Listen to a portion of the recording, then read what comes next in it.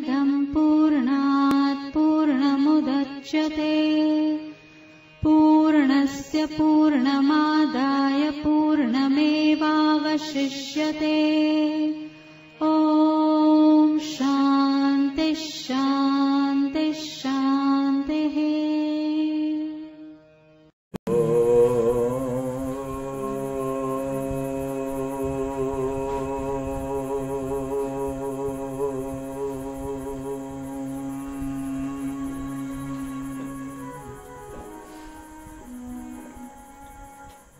यो ब्रह्माणं विदधाति पूर्वम् यो वै वेदांश्च प्रहिणोति तस्मै तन्महदेव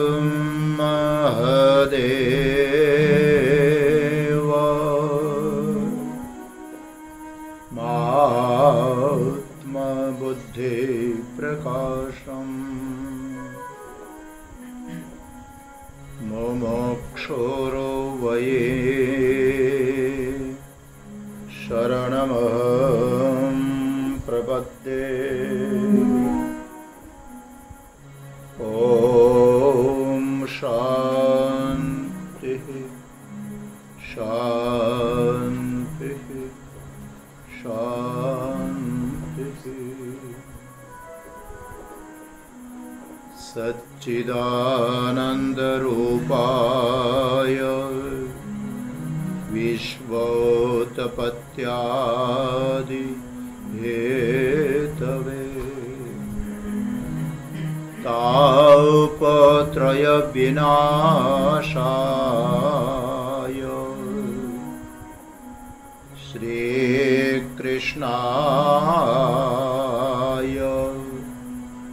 वयं नमः।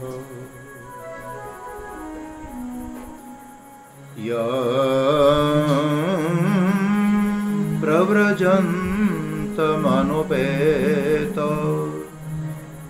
मपेतकृत्यं द्वेपायिनो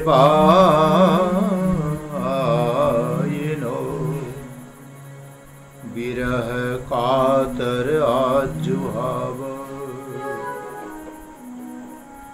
पुत्रेति तन्मयतया तरवोऽभिनेदु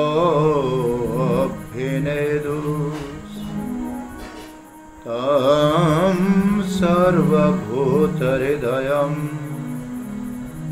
मुनिमानतोऽस्मि।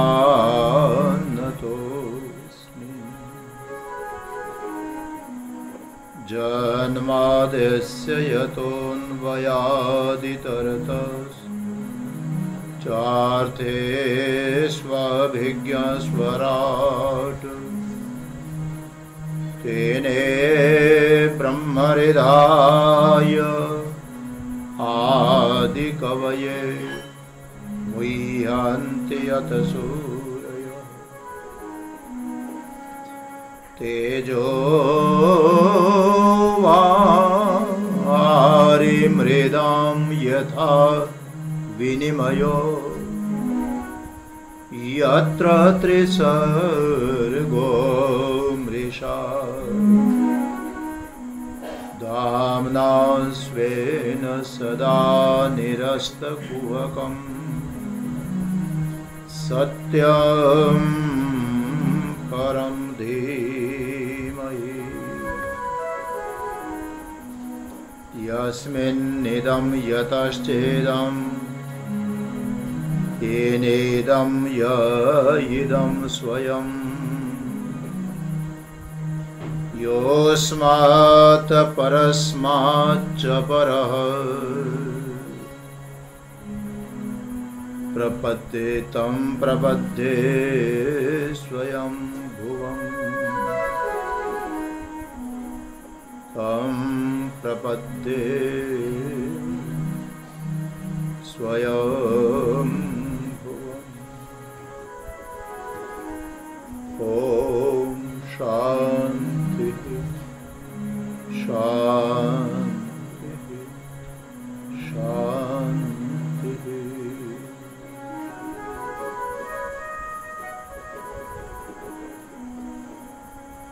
श्री कृष्ण गोविंद हरे मुरारे हे नाथ नारायण वासुदेवा श्री कृष्ण गोविंद हरे मुरारे हे नाथ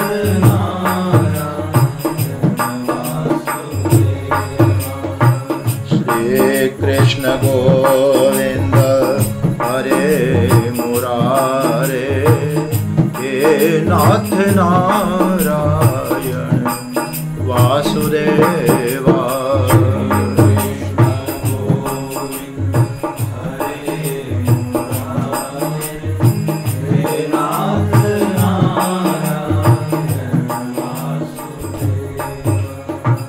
हे नाथ नारायण वासुदेवा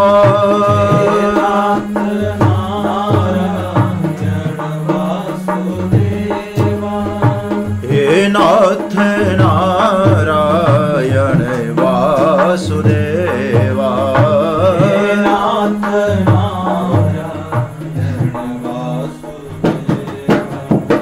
श्री कृष्ण गोविंद हरे मुरारे हे नाथ नारायण वासुदेवा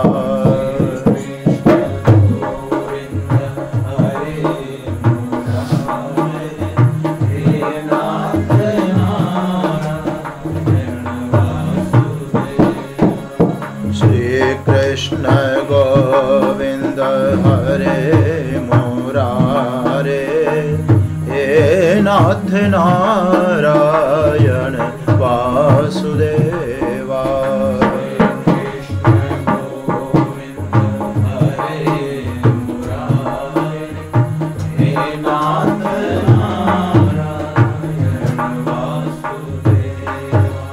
श्री कृष्ण गोविंद नाथ नारायण वासुदेवा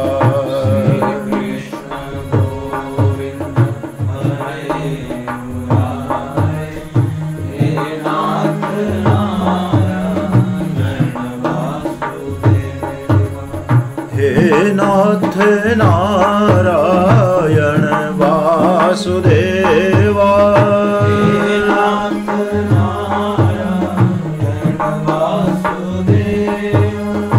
हे नाथ नारायण वासुदेवा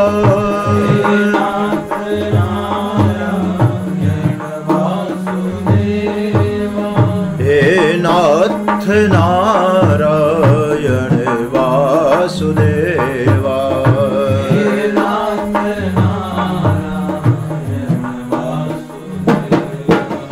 श्री कृष्ण गोविंद नाथ नारायण वासुदेवा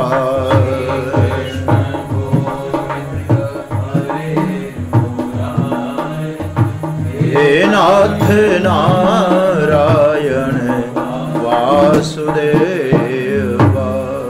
सच्चिदानंद भगवान की सत्य सनातन धर्म की सद्गुरु देव महाराज की गोपाल कृष्ण भगवान की पवन पुत्र हनुमान जी महाराज की गौ माता की ओम नमः पार्वती पतये हर हर महादेव।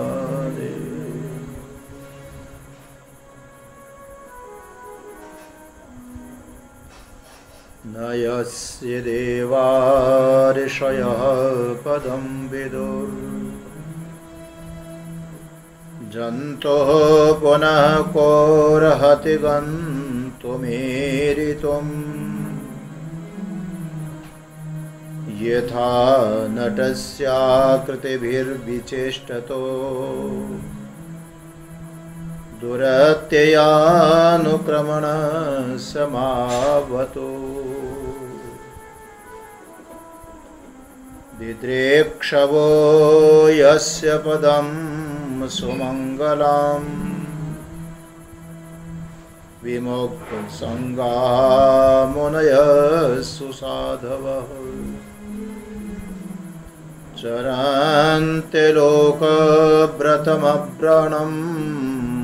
वने भूतात्मभूताः सुहृदसमे गतिः।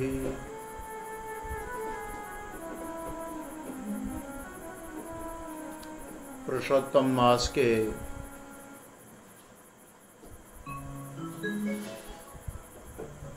साधनामय कल्याणमय मंगल अवसर पर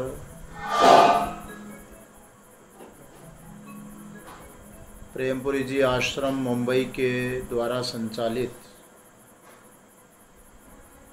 मातोश्री वेलाबेन मूलजी भाई विश्राम दैया स्मृति गीता चिंतन माला में गजेंद्र मोक्ष का प्रसंग आप लोग श्रवण कर रहे हैं।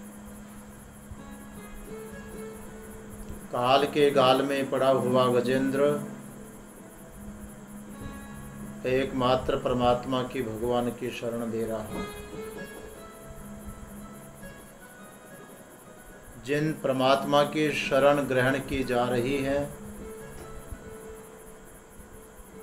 उस परमात्मा का, उस शरण्य का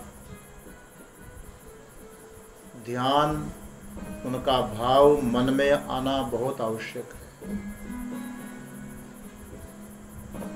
यद्यपि वो परमात्मा मन का विषय नहीं है। यन मनसान मनुते येन आहुर मनोमतम तदेव ब्रह्मत्वं विद्धि नेदम यदि इदम उपासते। वो परमात्मा, वो ब्रह्म उसका नाम है जिसको हमारा मन मनन नहीं कर सकता, लेकिन जो अन्य विषयों का मन में चिंतन होता है, मन मनन कर रहा है, जिस चैतन्य सत्ता के बिना मन की मनन क्रिया संभव नहीं है, तदेव ब्रह्म, वही वो परमात्मा है, वही ब्रह्म है। अन्य विषयों की भांति मन से मनन नहीं होगा, परंतु मनन क्रिया की जो शक्ति है वो परमात्मा के बिना आएगी भी कहां से। दूसरी बात, जिस प्रकार से मन अन्य विषयों का मनन करता है, चिंतन करता है, वो विषय होते हैं कोई आंख से देखा हुआ, तो कोई कान से सुना हुआ, कोई उसका इंद्रियों के माध्यम से अनुभव किया हुआ होता है। आज देखा, वर्षों पहले देखा, जो भी मन में विषय आएगा वो हमारी इंद्रियों से अनुभूत होगा, देखा सुना होगा। उसकी कोई न कोई आकृति हमारे मन में बैठी हुई होगी जिसका वो मनन कर पाता है। परंतु यहाँ जिस परम सत्य परमात्मा का चिंतन मनन ध्यान हो रहा है, वो विषयों की भांति मन का विषय नहीं है। वो विषयों की तरह विषय नहीं बनता है, मन का चिंतन का आलंबन नहीं बनता है। मगर जब किसी भी प्रकार से यदि उसका चिंतन न हो सके तो आप लोग सोच रहे होंगे महाराज आप अभी तो मन से सोच करके बोल रहे हो और हम भी कान से सुन करके मन से ही तो उसका मनन कर रहे हैं, तो हो तो रहा है। देखिए ये जो चिंतन हो रहा है ये इंद्रियों से अनुभूत विषय का मनन नहीं है। उसको बताने में तो एकमात्र शास्त्र प्रमाण है। शास्त्र का निर्देश पाकर के शास्त्र के अनुरूप ही उसका चिंतन संभव है। परमात्मा के लिए बताया गया कि शास्त्र योनित्वात्, उसके स्वरूप का वर्णन शास्त्र ही कर पाता है। इसलिए शास्त्र को सामने रख करके उस अचिंतनीय का चिंतन हो रहा है। ये विलक्षण बात है। जो इंद्रियों का विषय नहीं है मन से उसका मनन हो रहा है। गजेंद्र मोक्ष प्रसंग में काल के गहल में पड़ा हुआ गजेंद्र शास्त्र के आधार पर ही उस परम सत्य का चिंतन कर रहा है। और ये जो स्तुति आ रही है, भगवत चिंतन आ रहा है, ये श्रुति के आधार पर आ रहा है। जब इस गजेंद्र मोक्ष के प्रसंग को हम लोग पढ़ रहे हैं और सुन रहे हैं तो क्या आपको यह नहीं लग रहा है कि हम सीधे सीधे उपनिषद पढ़ सुन रहे हैं? कभी ईशावास्य के मंत्र का संकेत है तो कहीं कठय मंत्र का संकेत है। कुल मिलाकर के उपनिषद जो विद्या है उसके आधार पर ही परमात्मा का चिंतन यहां हो रहा है। आओ कल इस 6ठ श्लोक पर हम लोग विचार किए थे। प्रारंभ हुआ था न यस्य देवा ऋषय पदम विदुः जंतु पुनः को अर्हति गंतुम ईरितुम यथा नटस्याकृतिभिर्विचेष्टतो दुरित्ययानुक्रमणः समावतु समावतु।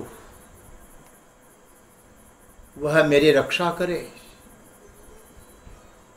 इस कालरूपी ग्रह के मुंह से मुझे बचाएं। कौन? क्या बताऊं कि वो कौन है? नयस्य देवा ऋषय पदम विदु, जिसके पद को, जिसके स्वरूप को, जिसकी असलियत को न देवा विदु न ऋषय विदु। देवता भी नहीं जानते, ऋषिगण भी नहीं जानते हैं, नहीं जान सकते। कल आप लोग श्रवण कर रहे थे इंद्रदेव जो देवताओं के अधिराज हैं वो भी इस तत्व को जानने के लिए प्रजापति के पास में जाते हैं और इस तत्व को जानने के लिए 101 वर्ष तक ब्रह्मचर्य आदि का पालन करते हुए कठोर साधना कर रहे हैं, संयम का पालन कर रहे हैं, चित्त की योग्यता प्राप्त हो। तो इसका अर्थ है कि शुद्धांतकरण हुए बिना उस परमात्मा का जो असली स्वरूप है वो मन से लक्षित हो ही नहीं सकता। दृश्यते त्वग्रेया बुद्ध्या सूक्ष्मया सूक्ष्मदर्शी भी। उसका जो दर्शन होगा, अनुभव होगा, साक्षात्कार होगा तो साधना के द्वारा, अत्यंत तीक्ष्ण की गई बुद्धि के द्वारा ही संभव है। शुद्ध चित्त होना बहुत जरूरी है। देवताओं को भी यदि जानने की जिज्ञासा होती है तो उनको तपस्या करनी पड़ती है, साधन संयम करना पड़ता है। हाँ, बड़े बड़े ऋषि महर्षि सारा जीवन उस परमात्मा के चिंतन में लगाते हैं, नहीं तो फिर भी आप देखिए जो ऋषियों का संवाद होता है, प्रश्नोपनिषद देखिए, कई सारे ऋषिगण इकट्ठे होकर के उस ब्रह्म के संबंध में चिंतन कर रहे हैं और सबके अपने अपने मत हैं, अपने अपने विचार आते हैं। वो कैसा है, बड़े बड़े सूर्य बड़े बड़े विद्वान भी उसमें मोहित होते हैं। अभी अभी थोड़ी देर पहले और प्रतिदिन श्रीमद् भागवत महापुराण का मंगलाचरण प्रारंभ करता हूं। जन्मादेस्य यतोऽन्वयादितरतश्चार्थे स्वविज्ञ सुराट तेने ब्रह्म हृदय आदि कवये मुह्यन्ति यत सूरयः। उस परमात्मा के संबंध में सूरयः मुह्यन्ति, बड़े बड़े सूरी, बड़े बड़े विद्वान, बड़े बड़े ऋषिगण, मंत्र चिंतन करने वाले, मंत्र शोधन करने वाले, मंत्र दृष्टार ऋषयः, ऐसा वाक्य प्रसिद्ध है। जो वेद के मंत्रों को अपने तप से दर्शन करने वाले महापुरुष हैं, वो भी इस तत्व को जानने में मोहित हो जाते हैं, उनकी भी बुद्धि कुंठित हो जाती है। उसका स्वरूप क्या है उनको भी बताना बड़ा कठिन हो जाता है। और की बात तो छोड़ो, कल बता रहा था कि स्वयं श्रुति भी अथा तो आदेश नेति नेति, ये नहीं है, ये नहीं है, ये नहीं है, निषेध मुख से ही जिसका वर्णन कर रही है, ऐसा जो परम सत्य परमात्मा का स्वरूप है, पद है, उनकी स्थिति है, उनका होना है। अब सोचिए, एक साधारण जीव, एक देहाभिमानी व्यक्ति उस परमात्मा के स्वरूप को कैसे जान पाएगा जी? जंतु पुनः को हरति गंतुम ईरितुम, ऐसा कौन जीव है? अरे स्वर्ग में रहने वाले देवता, दिव्य पुरुष, तपपूत ऋषिगण, वो जिस पद को नहीं जान पाते, तो एक आम साधारण जंतु उस परम सत्य को कैसे प्राप्त कर सकेंगे? कैसे उसका वर्णन कर पाएंगे? कैसे बोल पाएंगे? उसका कथन कैसे होगा? इसका अर्थ है कि यह सामान्य जीवों का ज्ञेय ध्येय तत्व नहीं है। ये तो उच्च कोटि के कोई महापुरुष होते हैं, वही इसको लक्षित कर पाएंगे। आगे आएगा, आप देखेंगे, क्योंकि ये परमात्मा तत्व है ही ऐसा। यथा नटस्य आकृति विचेष्टत दुरत्य या अनुक्रमण। एक नट होता है ना, वो भांति भांति की चेष्टाएं करता है, भांति भांति के रूप बनाता है, उसको समझ पाना बहुत मुश्किल होता है। आप बहुरूपिया को देखिए, आप जादूगर को देखिए, आप नर्तक को देखिए, ये रूप बदलते हैं। जादूगर की माया, एक व्यक्ति जो जादूगर होता है उसकी माया को समझना बड़ा मुश्किल है।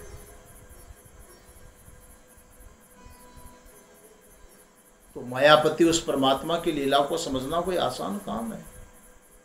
कैसे जान पाएंगे? और इतना ही नहीं, एक साधारण जादूगर होता है, उसके जादुई खेल को समझना कठिन काम हो जाता है, नहीं समझ पाते। तो जिसकी जादुई दुनिया चल रही है, संकल्प मात्र से चल रही है, उसको समझना आसान काम तो नहीं है। उनकी चेष्टाएं देखो आप, उनके रूप परिवर्तन को देखो। एक बहुरूपिया होता है, बहुरूपिया, उसको बोलते हैं बहुरूपिया है, जिसके रूप बहुत सारे हैं, कभी किस वेश में आए, कभी किस वेश में आए, जिसको 1 घंटे पहले देखा 1 घंटे के बाद में पहचानना मुश्किल होगा, ऐसा ड्रेस रूप परिवर्तन करके सामने उपस्थित हो जाएगा। बहुत कठिन है। तो एक साधारण व्यक्ति का बदला हुआ रूप से हम उसको पहचान नहीं पाते, तब भला सोचिए, अनेक रूप रूपाय विष्णवे प्रभविष्णवे, वो परम सत्य परमात्मा, वो विष्णु, वो व्यापक तत्व, अनेक रूप रूपाय प्रभविष्णवे, वो अनेक रूप धारण करने वाला अनेक रूप में प्रकट हो रहा है। कैसे पहचानोगे जी? आश्चर्य होता है। वो नरसिंह बनकर के आ गए, कैसे पहचानेंगे? वो मछली बनकर के आ गए, कैसे पहचानेंगे? वो एक वनीय प्राणी वराह बनकर के आ गए, कोई आसान काम है पहचानना। उसको पहचानने के लिए कोई सामान्य व्यक्ति का बुद्धि का खेल नहीं है।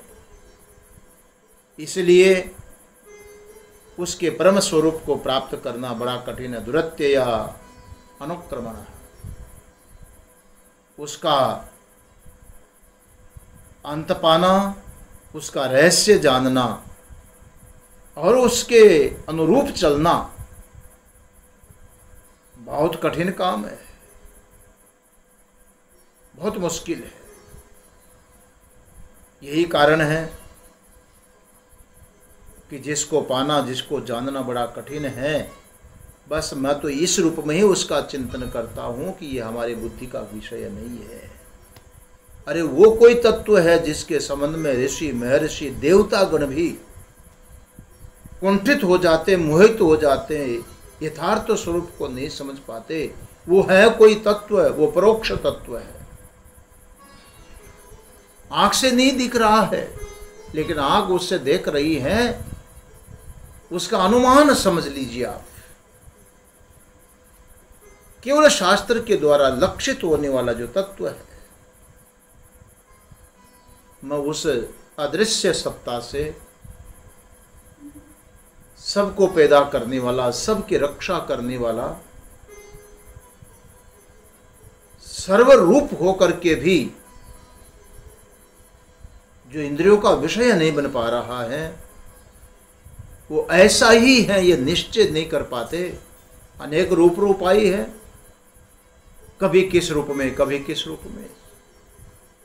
वो जो अद्भुत तत्व है, समा अवतु,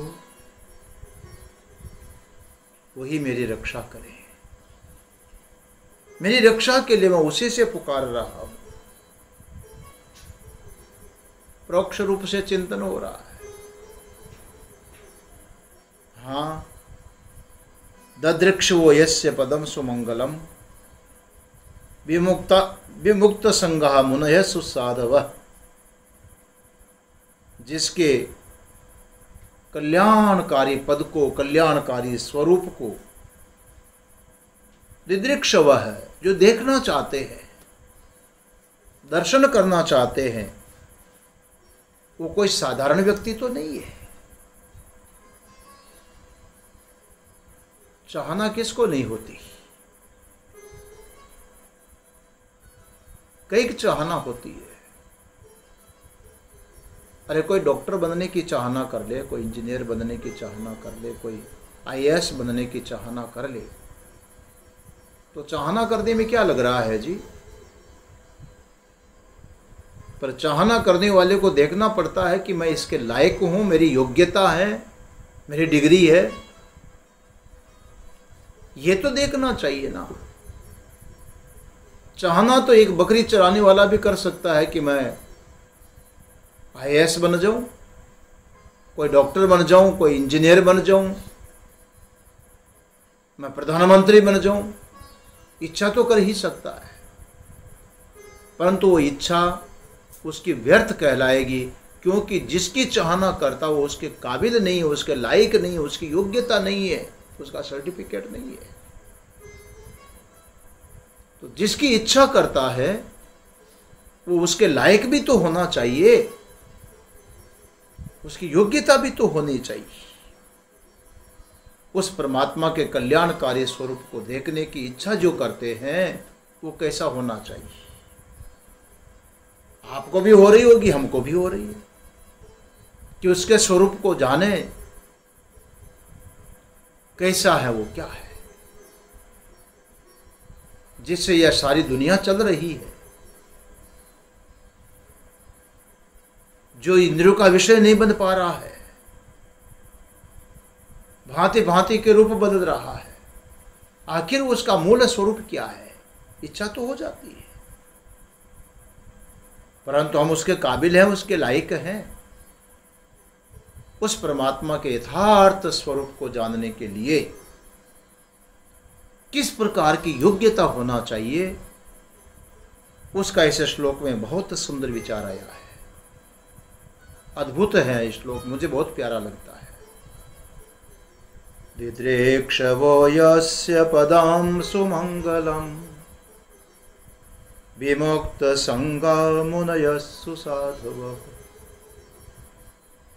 चरन्ते लोकव्रतमव्रणं वने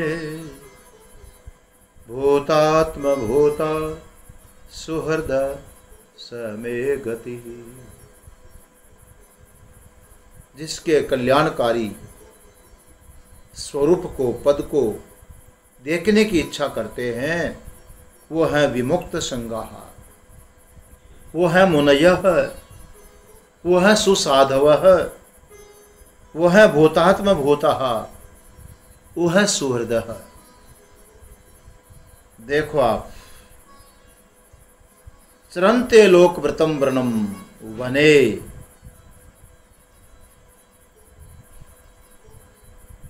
6 विशेषताएं बताई है। उस परमात्मा के शुद्ध मंगलकारी स्वरूप का दर्शन किसको होता है, कैसा होना चाहिए? कहते हैं भाई उसके लिए साधु होना चाहिए। देखते हैं कि मैं तो उसके लायक नहीं हूं, मैं तो वो साधु नहीं हूं, गजेंद्र बोल रहा है। लेकिन जो साधु पुरुष जिसका दर्शन करने के लिए इतनी सारी विशेषताएं अपने आचरण में, अपने जीवन में धारण करते हैं, विमुक्त संगाः भवन्ति, वो साधु पुरुष जिस परमात्मा का दर्शन करने के लिए सारी आसक्तियों का त्याग कर देते हैं, विमुक्त संग होते हैं। संग आसक्ति से विशेष रूप से मुक्त होते हैं, और विशेष रूप से मुक्त होने का अर्थ माने भीतर से आसक्ति समाप्त होती है। एक तो बाहर से त्याग हो और एक भीतर से त्याग हो।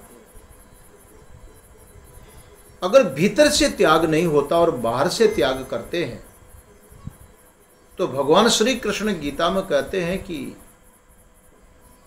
ये तो एक ढोंग होगा, एक पाखंड होगा। इंद्रियार्थवान विमूढ़ात्मा, इंद्रियों के अर्थों को जो चिंतन कर रहा है वो विमूढ़ है, वो अज्ञानी पुरुष।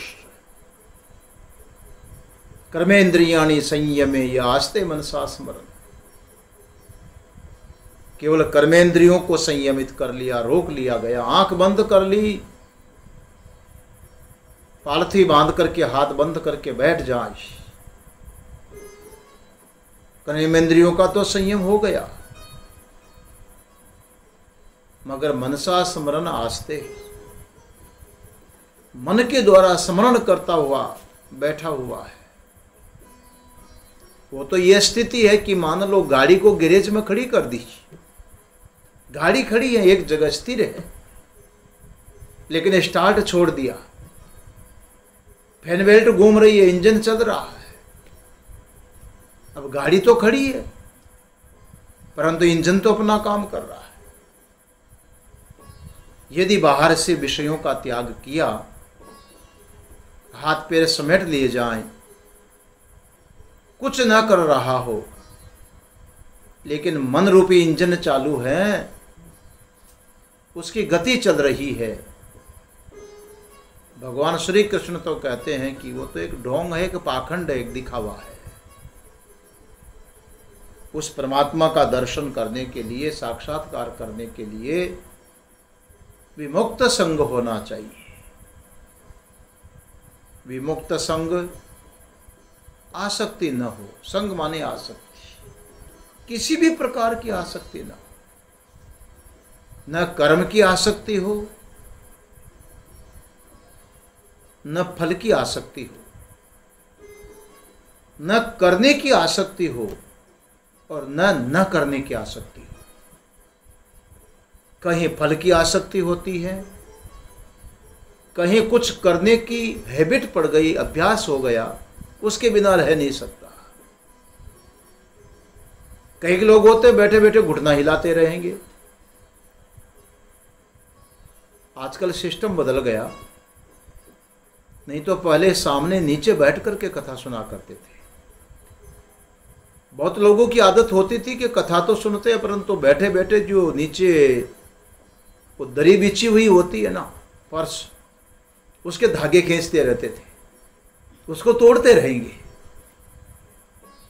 अब देखिए, उसकी आदत पड़ गई कि कुछ ना कुछ करना है, किए बिना नहीं रह जाता।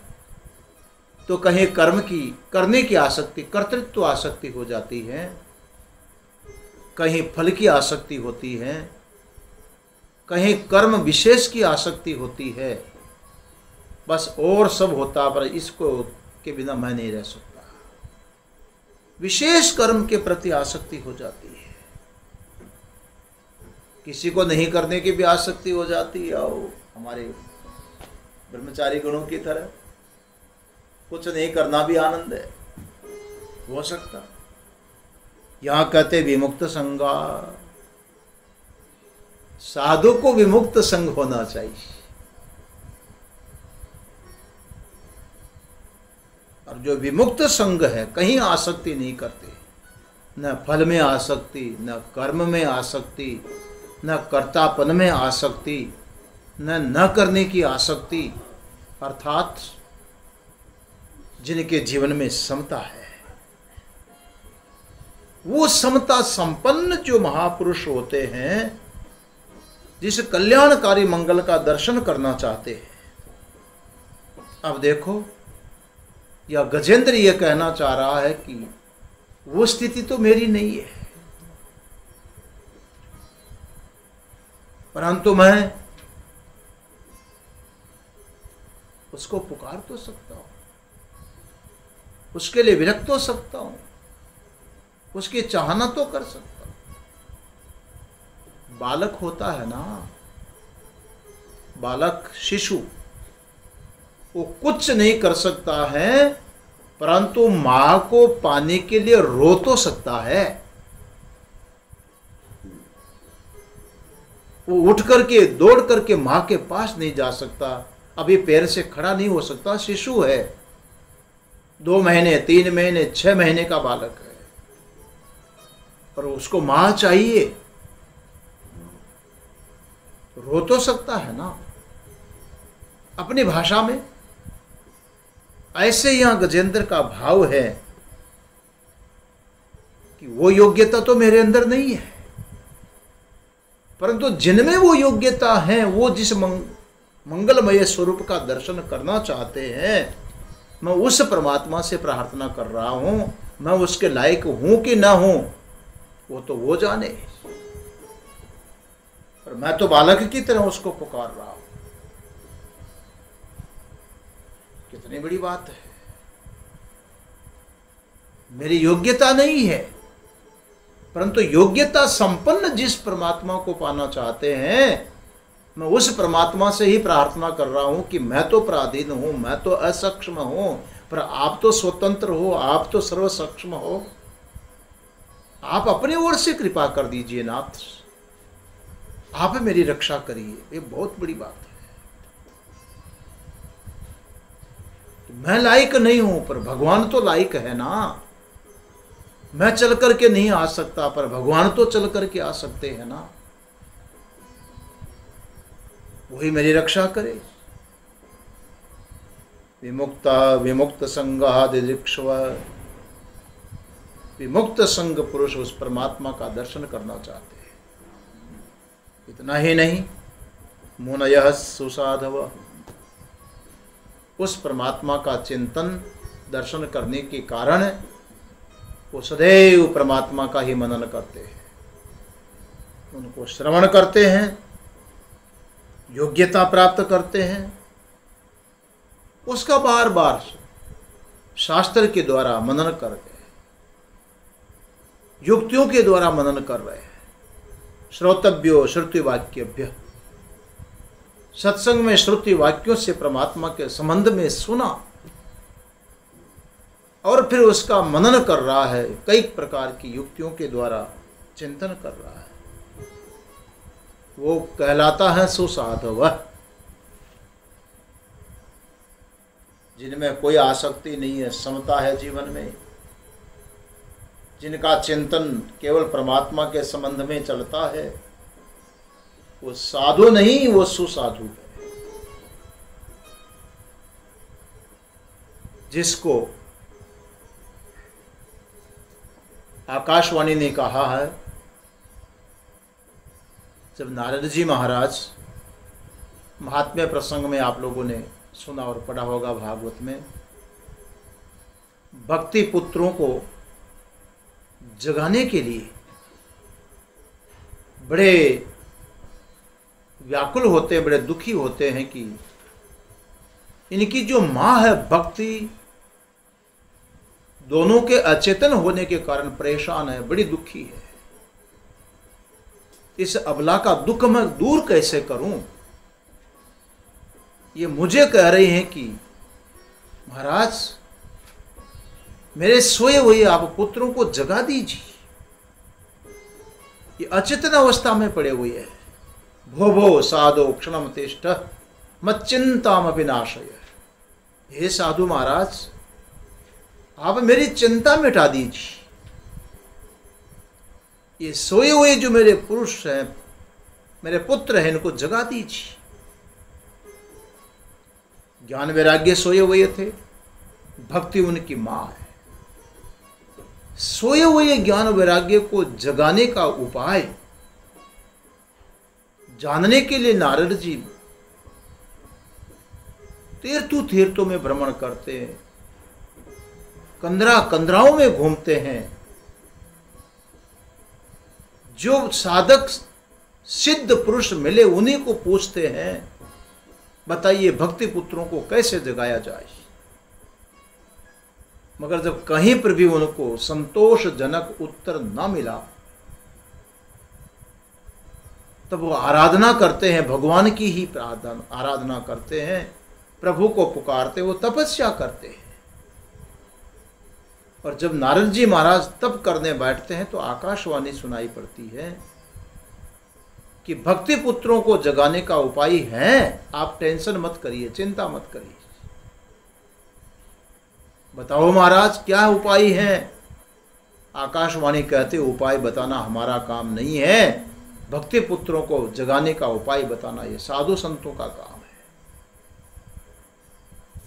ते भी दास्यन्ति साधु साधु भूषण, वो तुमको बताएंगे जो साधु है, और साधु में भी साधु भूषणा, कोई श्रेष्ठ साधु है, कोई सुसाधु है,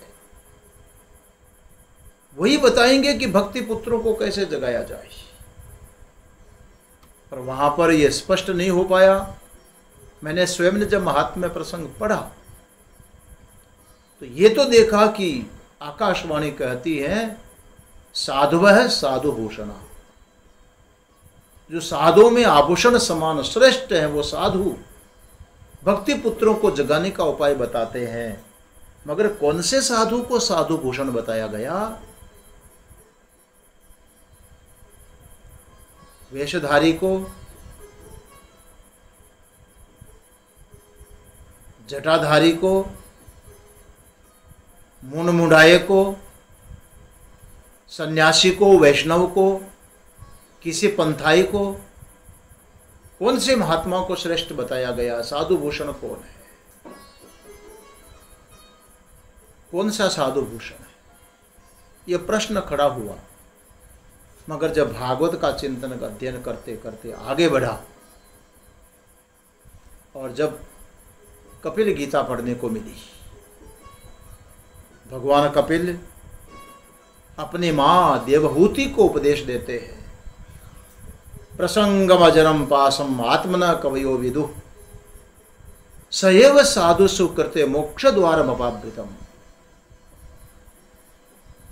तितिक्ष्व कारुणिका सुहृदय सर्वजन देहि नाम अजात शत्रुवः शांतः साधुवः साधु भूषण। तब समझ में आए कि ये साधु भूषण क्या होते हैं। भगवान कपिल ने अपनी मां देवभूति से कहा, मां प्रसंगम अजरम पाशम आत्मन कवयो विदु। ये जो संग है ये खतरनाक है जी, इसलिए साधु को भी मुक्त संग होना चाहिए। संग ही तो बांधता है। एक संग पतन कर देता है और मां दूसरा संग उद्धार कर देता है। प्रसंगम अजरम पाशम आत्मन। विद्वानों ने, कवियों ने, महापुरुषों ने यह कहा है कि संग ही तो पतन करता है, आसक्ति ही तो पतन करती है। संसार के प्राणी पदार्थों में चिपक गए, समझो गए काम से। अरे बाबा, कोई डूबती हुई नाव का सहारा ले और वो सोचे कि मैं तैरता रहूं, मैं डूबूं नहीं। भले जिस नाव पर बैठे हो नाव स्वयं डूब रही है, तुम कैसे तैर जाओगे? इस संसार की प्रत्येक वस्तु इस काल समुद्र में डूब रही है, तो तुम कैसे तैर जाओगे? प्रसंगम अजरम पाशम आत्मना कवयो विदु। इसलिए संग पतन कराने वाला है, ये तो पाश है, ये मारने वाला है, सत्यानाश करने वाला है। लेकिन एक ही विशेषता है कि सएव साधु सुकृते मोक्ष द्वारम अपावृतम। मां, यदि वो संग, यदि वो आसक्ति, यदि वो संबंध कोई महापुरुषों के साथ में हो जाए, संतों के पास साथ में हो जाए, तो मोक्ष द्वारम अपावृतम, उसके लिए मोक्ष द्वार खुला हुआ है, मुक्ति का द्वार खुला हुआ है। कारण कि संसार में कोई बंधन मुक्त है तो महापुरुष हैं, वो साधु जन है। सज्जनों, संत कबीर एक बहुत सुंदर बात कहते हैं, बंधे को बंधा मिले छूटे कौन उपाय, कर सेवा निर्बंध की जो पल में देत छुड़ाए। एक व्यक्ति किसी स्तंभ के साथ, खंभे के साथ बंधा हुआ है, जस्ट उसके सामने कोई दूसरा व्यक्ति भी बंधा हुआ है। अब एक बंधा हुआ व्यक्ति सामने बंधे हुए से बोलता है, भैया तुम मुझे खोल दो, मैं मुक्त हो जाऊं, मेरा बंधन काट दो। वो बंधा हुआ यही तो कहेगा, यदि बंधन काटने की क्षमता मेरे में होती तो पहले अपना बंधन काटता, मैं तो स्वयं बंधा हुआ। इसलिए स्वयं बंधा हुआ व्यक्ति दूसरे का बंधन नहीं काट सकता, ये बात सत्य है, अनुभव सिद्ध है। बंधे को बंधा मिले छूटे कौन उपाय, कर सेवा निर्बंध की जो पल में देत छुड़ाई। मगर कोई महापुरुष है जो बंधन मुक्त है, सारे बंधन कट चुके हैं, और यदि हम उनका सेवन करते, उनका आश्रय लेते हैं, उनकी सन्निधि लेते हैं, उनका संग करते, मोक्ष द्वार अपावृतम, भाई जो तैर रहा है वो दूसरे को तैरा सकता है, जो स्वयं ही डूब रहा हो वो दूसरे को लेकर के डूबेगा। इसलिए मुक्त पुरुष होना चाहिए, तैरता हुआ पुरुष होना चाहिए, डूबता हुआ नहीं। इसलिए मुक्त संग जो पुरुष है, मननशील पुरुष है, वो सुसाधु है। वहां भगवान कपिल अपनी मां से कहते हैं, संग करो तो तैरते हुए पुरुषों का करो, बंधन मुक्त पुरुषों का करो, वही तारेंगे, वही तुम्हें मुक्त करेंगे। अब देखो, जिसका दर्शन करने के लिए तैरना आना बहुत जरूरी है, जिसका दर्शन करने के लिए बंधन मुक्त होना जरूरी है, जिसका दर्शन करने के लिए विशेष प्रकार का एक योग्यता, एक मनन होना चाहिए, वो कौन है? सुसाधु है, वो अच्छे साधु है। वहां कपिल भगवान ने अपनी मां से कहा, मां वो जो साधु है, तितिक्षु है, कारुणिका, सुहृद सर्वदेही नाम, अजात शत्रु शांता साधुव साधुभूषण, वो साधु पुरुष है, वो साधु भूषण है, संतों में श्रेष्ठ है, वो अग्रणी है, वो सबके प्रेरक है, वो पहली पंक्ति के महापुरुष है। कौन? तितिक्षु है, कारुणिका, सुहृदय सर्वदेही, जो तितिक्षु महापुरुष है। भाई ये परिस्थितियां जिसको विचलित नहीं कर पाती, सहनम सर्व दुखानाम अप्रतिकार पूर्वकम चिंता विलाप रहितम, ऐसी स्थिति आ जाए, कोई प्रतिकूलता भी आई तो उसको सहन करने का सामर्थ्य जिसमें, प्रतिकार करने के लिए भटक नहीं रहा है। आई ये परिस्थिति, चली जाएगी, नहीं जाएगी तो मेरा क्या ले जाएगी, इसे शरीर को ही तो लेकर के जाएगी, शरीर तो वैसे भी जाने वाली चीज है, मेरा क्या जाना है। बड़े विवेक, बड़े विचार के साथ में उस परिस्थिति में भी जो समता रहती है वो बहुत बड़ी चीज है। ऐसा तितिक्षु महापुरुष होना चाहिए, सहन करने का सामर्थ्य होना चाहिए। हम तो छोटी सी बात में उबाल आ जाए, आग बबूला हो जाए, कितनी बड़ी सहनशीलता होती है। कारुणिका, सुहृद सर्वदेहिया, जिनके भीतर में करुणा भरी पड़ी है, स्वाभाविक दया है, ये करुणा उनके चित्त की निर्मलता को दर्शा रही है, भाव की शुद्धि को दर्शा रही है। उनका भाव, उनकी करुणा, उनकी दया, जिसको लेकर के सारा संसार उपकृत होता है, उनका धर्म है, उनका स्वभाव बन चुकी है।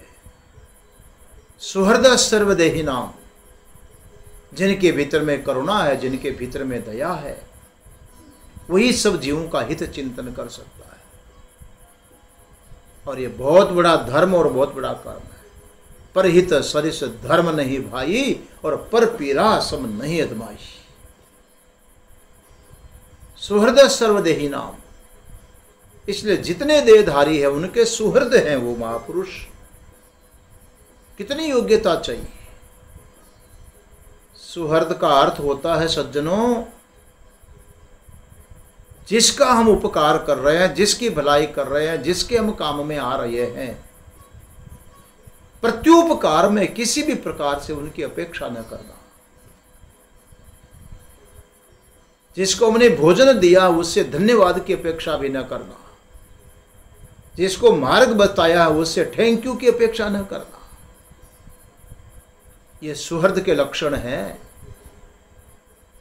प्रत्येक प्राणी के हित का चिंतन करना। अजात शत्रवः शांतः, जिनको अपने लिए कोई शत्रु पैदा नहीं हुआ, शत्रु की भावना ही पैदा नहीं होती। अरे जब सर्वत्र परमात्मा दर्शन कर रहे हैं, ब्रह्म दर्शन कर रहे हैं, तो वहां पर शत्रुता कैसे आएगी? मैं मेरे का भाव जब भिन्नता आएगी वहां बनेगा, और वहां कहीं प्रियता होगी, कहीं दुश्मनी होगी, कहीं राग होगा, कहीं द्वेष होगा।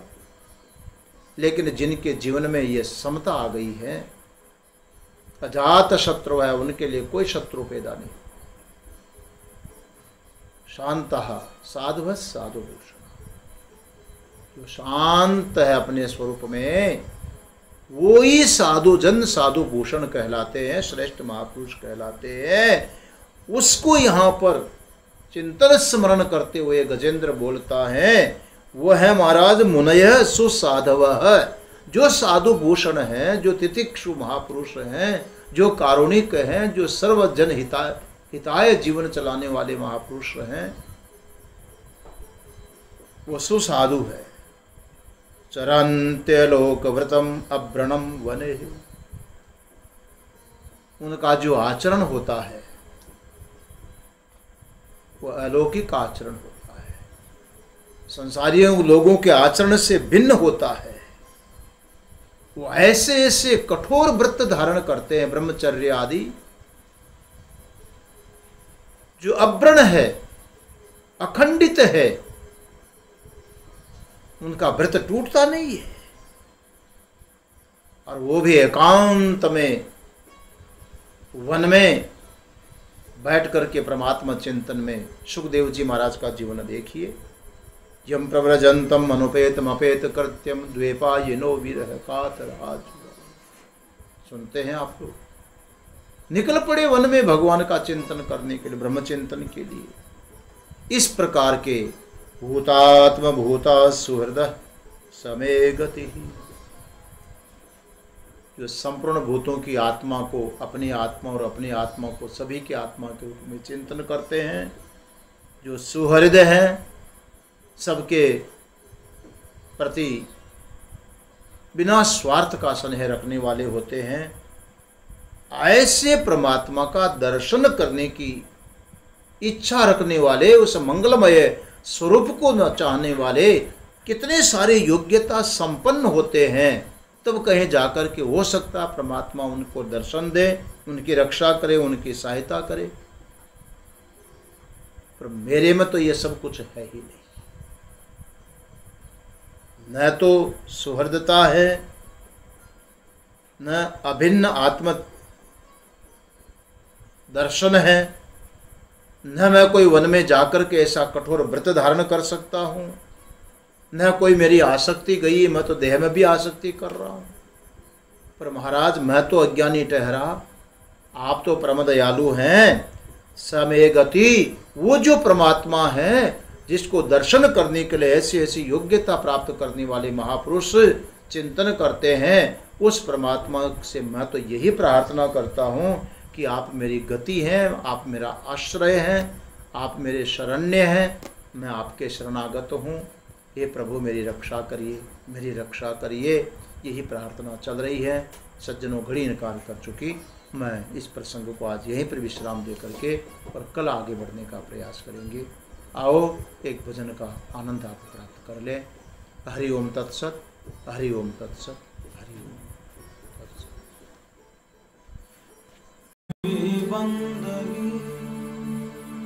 दया गरीबी बंदगी, समताशील सुजान, ए लक्षण साधु के कह कबीर तुझा।